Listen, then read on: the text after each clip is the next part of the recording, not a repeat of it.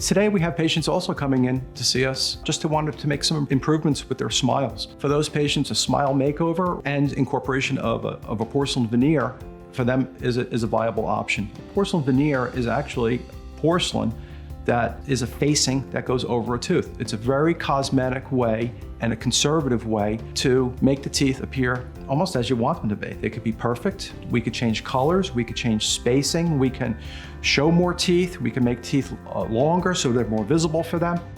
Today, there's a number of different types of porcelain veneers. We hear about Lumineers. Lumineers are very, very thin pieces of porcelain. They're appropriate really to change shape of teeth, to hide some rotations of teeth, and we're able to sometimes place them on a tooth without even doing anything to a tooth.